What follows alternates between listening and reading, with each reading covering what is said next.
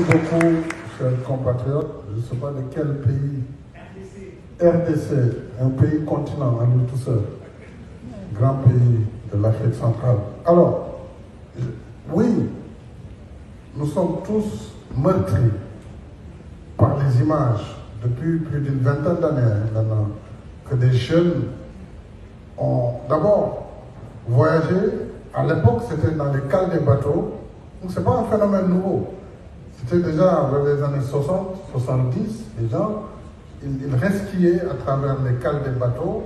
Bien plus tard, à partir des années 80, on a eu les premiers candidats au voyage qui voyageaient dans le train d'atterrissage des avions. On a vécu ça en France, à New York, etc., où on a retrouvé malheureusement des restes humains dans ce train d'atterrissage. On a renforcé les aéroports, on a essayé d'apporter des solutions sur l'emploi en Afrique, bien sûr, avec une croissance démographique aussi grande. Si la question de l'éducation et de la formation n'est pas bien articulée, et si les États ne trouvent pas justement les ressources pour développer une agriculture durable qui permette d'utiliser cette jeunesse, naturellement, on aura un flux qu'aucun pays ne peut contenir. Donc, on ne dit pas à l'Europe d'ouvrir ses frontières comme ça, ce n'est pas possible. Mais des efforts sont faits, ça et là, ce n'est pas facile, mais il y a également une question peut-être culturelle, puisque les gens considèrent du fait du mode de communication qui existe aujourd'hui. L'Afrique, chaque fois que les médias en parlent, c'est pour montrer qu'il y a la guerre, la maladie, les coups d'État. Rien qui ne puisse donner une volonté à un jeune de rester sur le continent. Même s'il y a quand même des réussites en Afrique, il y a des efforts, il y a des pays. Parce qu'il y a encore 54 pays, je vous le dis, 54 pays, au quotidien, peut-être on a des difficultés sur 6, 7, mais même disons 10 pays. Donc il y a 44 pays où les choses se passent plutôt bien. Et on n'en parle pas, nous n'avons pas les grands médias. Et tel que les choses se présentent, les enfants, les jeunes n'ont qu'une idée, c'est d'aller vers l'Eldorado, qui n'existe pas. Et donc maintenant c'est les pays.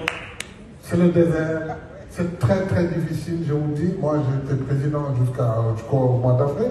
On travaille en mobilisant nos marines nationales, les gendarmeries territoriales, en travaillant avec Frontex, mais surtout en développant des mécanismes de financement pour l'emploi des jeunes. Mais vous voyez des jeunes qui ont des emplois, qui les laissent de côté, qui prennent l'argent pour aller vers l'appel au large. Donc il faut qu'on travaille sur aussi cette psychologie, parce que dans nos sociétés, on aime souvent citer ceux qui ont réussi à partir qui ont été des migrants, peut-être qui ont eu la chance, et tout le monde veut faire pareil.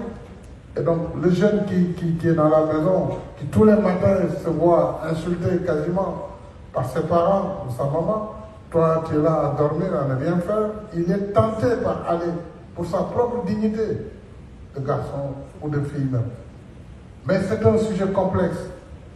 Donc continuons à travailler en tant qu'Africains, les gouvernements, l'Union africaine, mais aussi les partenaires, puisque c'est un sujet commun. C'est un sujet commun, il faut qu'il y ait du développement pour retenir la population, la jeune population africaine, qui doit être le fer de lance du développement du continent. Merci infiniment, Monsieur le Président. Merci à tout le panel. Merci, mesdames et messieurs, etc. Juste, effectivement, là, les données démographiques, on sait en gros ce qui va se passer jusqu'en 2050. Il est vrai que l'Afrique, en ce qui la concerne, a une population très jeune, parce que l'âge médian aujourd'hui sur le continent est de 19 ans. C'est à peu près ce qu'on retrouve dans tous les pays. Âge médian. L'Afrique compte 1,4 milliard d'habitants aujourd'hui. Avec le taux de fécondité et la croissance démographique, on projette cette population à 2,5 milliards d'habitants en 2050. C'est-à-dire qu'un habitant sur 4 sera africain. C'est la réalité des chiffres. Maintenant, il faut aussi, sur la question de la migration, sans faire une interférence dans la politique intérieure française, ce que je ne ferai pas, il faut relativiser le débat sur la migration. Puisque si on voit les flux migratoires en Afrique, de 9 dixièmes se font entre pays africains. Entre pays africains. Et donc, il y a une exagération sur le débat par rapport, en tout cas, à la migration africaine vers l'Europe. Aux États-Unis, le même débat se pose, mais là aussi, les flux sont inférieurs à 3% de déplacement. Donc, il y a évidemment une peur dès qu'on agit la question migratoire. On fait peur parce qu'il y a la peur toujours de l'autre, de l'étranger, dès qu'ils prennent des emplois nationaux. Même dans nos pays, on a ce type de débat par rapport à des pays voisins. Donc c'est un débat global, mais qui doit en tout cas revenir à sa juste proportion. On ne peut pas éviter les migrations. Et je pense, si on prend le débat à contre-courant, mais les Européens ont été les premiers à migrer vers l'Afrique.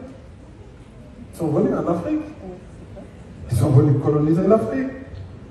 Donc si aujourd'hui il y a un mouvement inverse, c'est un mouvement naturel. Parce que, bon, je ne défends pas la migration, puisque moi je pense que l'avenir de la jeunesse africaine se trouve en Afrique. Elle doit se trouver en Afrique. Les gouvernements doivent travailler pour donner des perspectives. Évidemment, pour cela, il faut justement un monde plus juste. Et c'est tout le combat que nous menons ensemble dans le 4P et avec l'Union européenne, avec les autres partenaires, pour qu'il y ait de la prospérité partout. Et je crois que M. l'ambassadeur l'a dit, éviter la réflexion à somme nulle. Plus vous vous développez, mais si nous nous développons, nous commercerons plus vite et mieux, et nous achèterons plus chez vous. Peut-être que vous achèterez aussi un peu plus chez nous. Donc c'est dans l'intérêt de tout le monde que l'Afrique se développe enfin. Et je pense qu'elle est sur la voie, c'est lent, et ça prendra du temps, mais ça viendra. Merci, Monsieur le Président. Alors, il nous reste une dizaine de minutes.